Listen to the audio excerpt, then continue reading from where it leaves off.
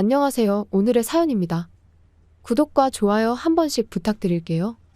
바로 사연 시작하겠습니다. 저는 강원도에 사는 30대 임다경이고 3살 연상의 남편과 초등학생 아들이 있어요. 그리고 이웃에 엄마도 살고 있어요. 아버지는 1년 전에 병으로 돌아가셨고요. 시부모님은 남편이 대학생 때 사고로 돌아가셨는데 부모님께 효도하지 못한 걸 후회하는 남편은 제 엄마를 자신의 엄마처럼 여기고 매우 잘해주고 있어요. 이웃에 살고 있어서 자주 저녁 식사에 초대하거나 외출할 때 같이 가자고 하기도 하고 지난 연휴에는 엄마와 함께 1박 2일 여행을 다녀오기도 했어요. 제가 여행 후 남편에게 고맙다고 말했더니 남편은 자기한테는 친엄마 같은 사람이라며 자기 부모님께는 효도를 못했으니 장모님께라도 효도하고 싶다고 했어요. 이런 평화로운 시간이 계속되던 어느 날, 한 가지 일을 계기로 크게 바뀌게 되어 어느 날이었어요. 엄마한테 전화가 왔어요.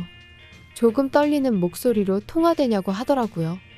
일이 막 끝났던 터라 통화 괜찮다고 하니 병원에 좀 데려다 달라며 지금 당장 집에 와줄 수 있냐고 했어요. 무슨 일이냐고 하니 아까 계단에서 넘어져 다리가 너무 아파 운전할 수 없으니 운전 좀 부탁한다고 하더라고요. 계단에서? 많이 안 다친 것 같지만 걱정돼서 전화를 끊고 바로 집으로 향했어요. 현관에 앉아 기다리던 엄마를 바로 정형외과로 데려갔어요. 검사를 해보니 오른쪽 다리가 골절된 상태더라고요.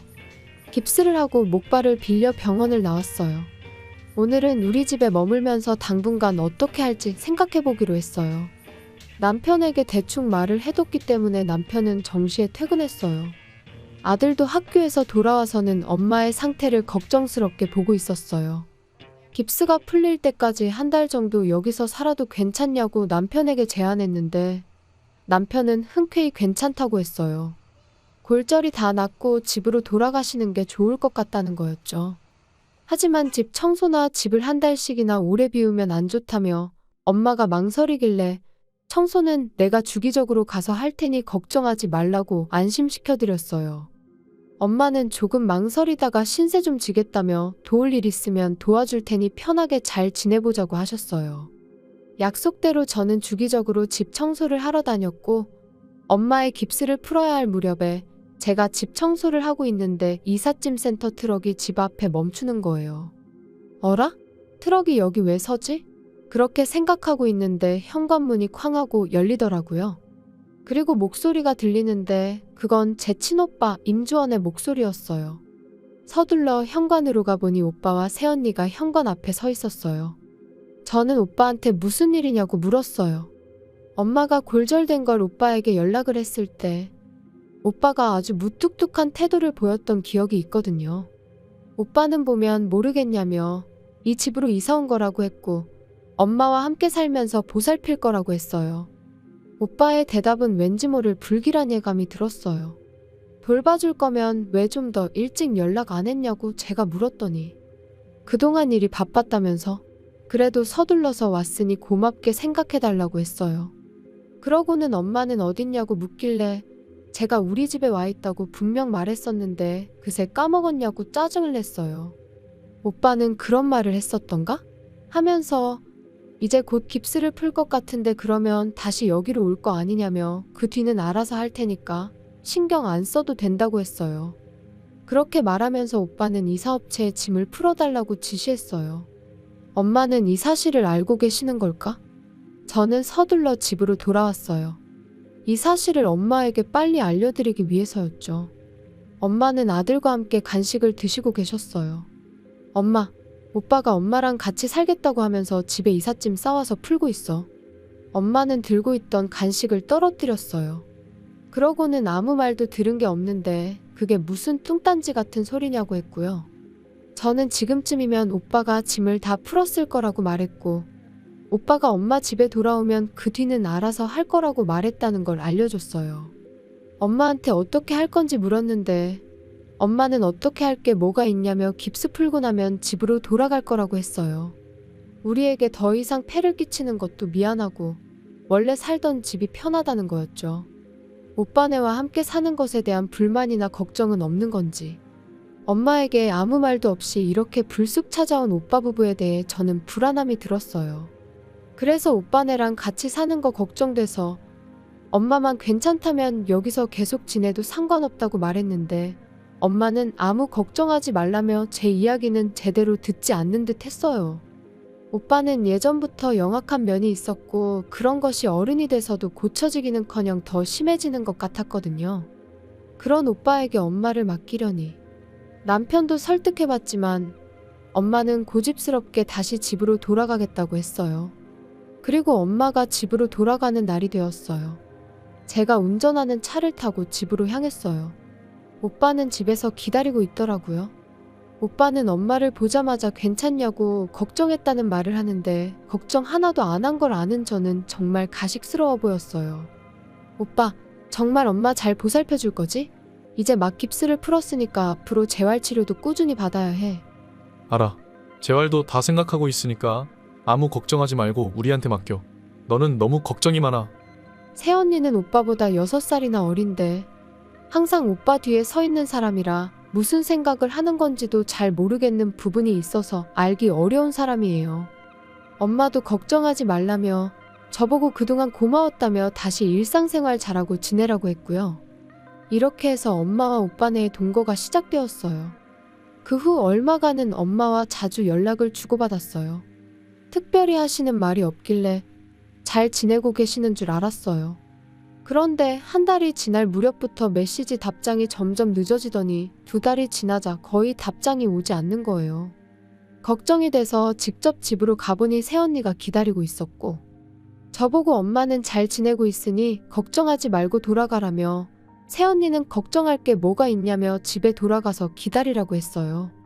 이런 식으로 말해서 얼굴이라도 보고 가겠다고 했지만 새언니는 그건 본인에게 물어봐야 하니 지금은 안 된다고 해서 어쩔 수 없이 돌아갈 수밖에 없었어요. 오빠에게 직접 연락을 해본 적도 있어요. 오빠에게 엄마를 만나고 싶다고 했는데 그러자 오빠는 잘 지내고 있다고 했는데 뭐가 문제라서 계속해서 말하냐며 그만 좀 걱정하라며 화를 냈어요. 저는 그냥 딸로서 아픈 엄마가 잘 지내는 건지 걱정하는 건데 왜 이걸 이해하지 못하는 걸까요? 차라리 집에 아무도 없는 시간에 엄마 만나러 가볼까? 그런 생각이 계속 들 때쯤 3개월이 지났고 정말 안절부절 못해서 오만 생각이 다 드는 거예요. 정말 현관을 부수고 집에 들어가 보고 싶을 정도였어요. 그런 걱정에 남편에게 말해봤어요. 엄마한테서 연락이 전혀 없어. 만나러 가도 전혀 만날 수도 없고 어떻게든 엄마 집에 들어가 봐야 할 것 같은데. 남편도 저처럼 걱정이 되는지 억지로 들어가는 건 좀 그렇고 방법을 찾아보자고 했어요. 그리고 밤 11시쯤 내일을 위해 잠을 자려고 누웠는데 때마침 인터폰이 울렸어요. 이 시간에 누구지? 하며 저는 모니터를 봤어요. 그러자 현관 앞에 있는 건 초췌해진 엄마였어요. 남편과 서둘러 현관으로 가봤어요. 봄을 지나 초여름에 가까운 날이었지만 여전히 아침 저녁으로 쌀쌀한데 엄마의 모습은 매우 초라해 보였어요. 저는 엄마를 바로 집으로 모셨어요. 그리고 불을 켜고 자세히 보니 3개월 전만 해도 조금 통통했던 엄마는 살도 빠지고 옷도 다해지고 꼬질꼬질해 보였어요. 늦은 시간에 미안해. 집에서 쫓겨나서 그런데 폐 끼치지 않을 테니까 돈 좀 빌려줄 수 있어? 울면서 부탁하는 엄마의 모습에 저도 눈물이 났어요. 지난 3개월 동안 무슨 일이 분명 있었다는 걸 금방 알 수 있었어요. 엄마, 민폐 끼친다고 생각하지 마. 여기 있어도 괜찮아. 여보, 당신도 괜찮지? 진짜 열받네. 저는 열받는다는 남편의 말에 쌓여있던 분노가 남편에게 터져나왔어요. 열받는다니 무슨 소리야? 지금 엄마가 이런 상태인데 그런 말을 할 수 있어? 아까는 당신도 걱정된다고 했잖아. 그러자 남편은 저보고 진정하라며 열받는다고 말한 건 형님 부부 때문에 열받는다고 말한 거라고 했어요. 그리고는 장모님은 당연히 이 집에 있어도 되는 거라고 했고 조금만 생각할 시간을 달라고 했어요. 왜냐하면 형님네에게 지옥을 보여줘야 한다네요. 그렇게 말하는 남편의 얼굴에는 살짝 미소가 번졌어요. 마치 장난치기 전에 들떠있는 소년 같았어요. 그리고 저는 엄마를 목욕시키고 잔치국수를 만들어 드렸어요. 소화가 잘 되는 거라 지금 이 시각에 먹어도 괜찮을 거예요. 목욕하고 나온 엄마는 예전보다 많이 마르셔서 깜짝 놀랐어요. 게다가 양손 손가락 관절이 다달아서 새빨갛게 변해 있었어요. 국수를 다 드시고 나서 연고를 양손에 발라드렸어요. 남편은 그 시간 동안 계속 뭔가를 생각하는 것 같았어요. 엄마, 말하기 싫은 건 말하지 않아도 되지만 지난 3개월 동안 무슨 일이 있었는지 말 좀 해줘. 엄마는 결심한 듯이 말하기 시작했어요. 주원이랑 며느리는 악마가 따로 없었어. 네 아빠가 물려준 유산도, 생명보험금도, 내 저축도, 연금 수입도 모두 다 뺏어갔어. 둘이서 명품 쇼핑하고 매일 고급 레스토랑에서 외식하고 나는 그동안 집에서 집안일 해야 했어. 밖에 나가지도 못하고. 폰도 뺏기고 결국 더 뺏을 것이 없으니 쫓겨났다는 이야기였죠. 이야기를 들은 남편은 말을 꺼냈어요. 어머님, 만약 아직 돈이 있다면 그 집에 머무를 수 있을까요? 저는 도저히 이해 안 되는 남편의 말에 엄마를 다시 왜 돌려보내냐고 되물었어요. 남편은 엄마가 좀 더 그 집에서 지내야 한다는데 이유는 증거가 필요하다는 거였죠. 증언만으로는 부족하다는 거예요. 그래서 5일, 아니 3일만이라도 좋으니까 돌아가서 그 둘이 하는 짓을 모두 증거로 남겨야 한다고 했어요. 증거만 모을 수 있다면 확실하게 지옥에 보낼 수 있다고 했고요. 엄마는 3일 정도는 참을 수 있다면서 남편과 둘이서 긴히 이야기를 나눴어요. 다음 날 우리는 100만 원을 엄마에게 줬고 엄마는 다시 집으로 돌아갔어요. 엄마가 돌아오기까지 3일은 너무 길게 느껴졌어요. 그리고 3일 후 엄마가 다 끝났다는 표정으로 우리 집으로 돌아왔어요. 엄마, 힘들었지? 미안해. 이제 여기서 편히 쉬어. 엄마에게 받은 건 녹음기와 초소형 카메라였어요. 그건 남편이 가지고 있던 물건이었어요. 무슨 용도로 가지고 있었는지 궁금하지만 아무튼 재생해보니 오빠네가 엄마에게 한 폭언과 욕설이 고스란히 담겨 있었어요. 이건 빠져나갈 수 없는 훌륭한 증거인 거죠.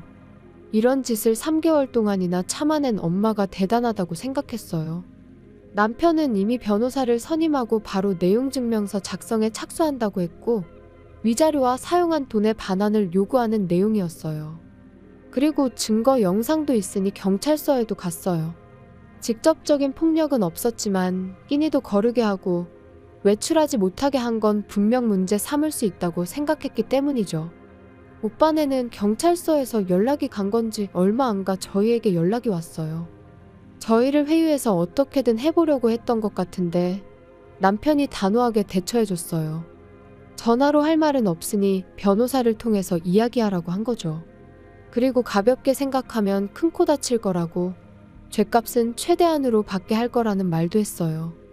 만약 무슨 수작이라도 부리는 게 보이면 그땐 빈털터리로 만들어주겠다는 말도 했고요. 결국 우리의 요구대로 엄마에게 위자료를 지급하고 사용한 돈도 일괄적으로 반환하기로 했어요. 참고로 경찰에 신고까지 했기 때문에 회사에서 당연히 해고됐고 단번에 거지가 된 것 같더라고요. 우리는 엄마 집을 팔려고 부동산에 내놨고 오빠네는 지낼 곳이 사라진 거죠. 그 후에 엄마는 오빠와 영영 인연을 끊기로 했어요. 너무나 당연한 거지만 확실히 마음을 굳게 먹은 것 같아요. 그리고 오빠는 새언니한테 이혼 서류를 받았고 새언니는 자취를 감췄다고 하네요. 결국 혼자서 빚과 생활고를 감당해야 하는 상황이 된 거죠. 가진 것들을 모두 팔아도 돈이 얼마 안 되니 경마장을 기웃거리나 본데 아마 남은 돈마저도 얼마 안 가 다 잃어버리고 노숙자가 될지도 모르겠네요. 엄마에게 한 짓을 생각하면 정말 평생 고통 속에 살았으면 좋겠다는 생각이 들어요. 한편 엄마는 우리와 함께 계속 살기로 했고 살도 예전처럼 다시 붓기 시작했어요. 그리고 엄마가 집안일을 많이 해주셔서 저는 여유 시간에 아르바이트 하기로 했어요. 그렇게 번 돈으로 우리 가족 모두 해외여행도 가고 행복하게 지내려고 합니다. 시청해주셔서 감사합니다. 그럼 다음 영상에서 다시 뵙겠습니다.